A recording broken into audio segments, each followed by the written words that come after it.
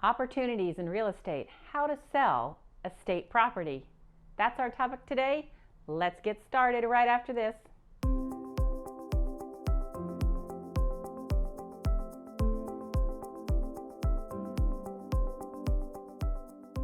Welcome back to my channel. I'm Kim Ward, certified probate real estate advisor and developer of probatebiz.com. If you're new here, be sure to subscribe and hit that bell button. That way you'll get notified of my weekly videos and you're not going to want to miss any of them. So, how do we get clients? We market. Who do we market to? Estate representatives, executors, administrators, and their attorneys.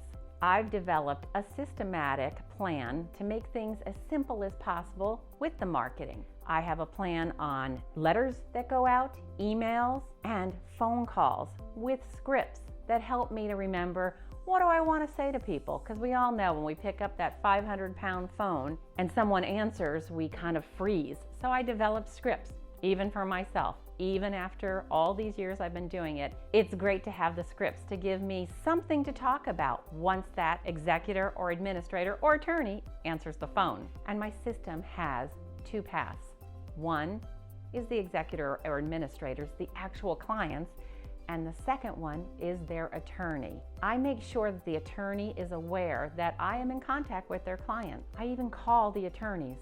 At first, I was really afraid to do that, but now that I have the scripts and I have the confidence, I call them, and when they answer the phone, I have something good to speak with them about. The attorneys enjoy speaking with me because they realize that I really know what probate is. I can't tell you how many attorneys have shared with me that they get all these phone calls, and it's from people that have a real estate license but really don't have a lot of knowledge on how to truly help the joint client, the executor or the administrator.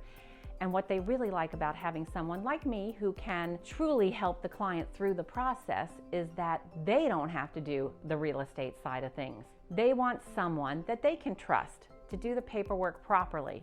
I have to tell you a quick story. I've had attorneys that, had bad experiences in the past with other real estate professionals, and they would micromanage what I was doing. They would ask me to send the paperwork, the listing documents before the client signs them. And then once we get purchase agreements, they'd want to oversee them along with the counteroffers that I would draw up. And of course, I would do what they ask. And you know what happens?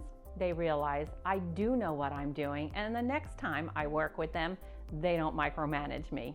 And the reason is I know what I'm doing. I've learned how to help with probate. I've learned how to help in all areas that our client, the executor or administrator, needs.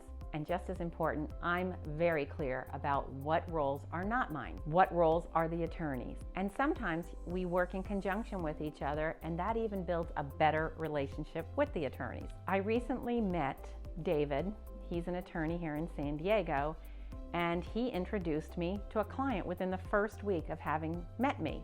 This executor's brother had passed away. She did not live in San Diego. I actually never met her in person. We just talked on the phone and did our work through email and phone calls. So the executor, Susan, she needed someone like me, and she trusted her attorney who introduced me to her. When I first viewed the home, Susan's brother, who passed away, had a domestic partner who was living in the home. As we talked about marketing the home and doing all the things that needed to be done to put it on the open market, it came to light that the domestic partner, Bob, wanted to purchase the home. The way this all turned out was that Bob did get to purchase the home. He found himself a real estate agent to represent him, so she and I worked together on the sale, and Sue chose, along with her siblings, to sell the house to Bob at a $50,000 reduction in price of what I could have sold if it had been on the open market. She did this because she knew that her brother would have wanted Bob to be able to stay in their home. And that was what was most important to Sue and her family. So that's what I made happen. Since that successful sale, David, the attorney, has introduced me to 2 additional clients. This is how I'm building my business, one attorney, one client at a time. So as you can see from these stories is that this is the way to build a business that's consistent. So thank you for watching. And don't forget, subscribe, hit the bell button, and comment below. I love to read your stories, and if you have questions, please just put them down there. I'll be happy to answer your questions. See you next week.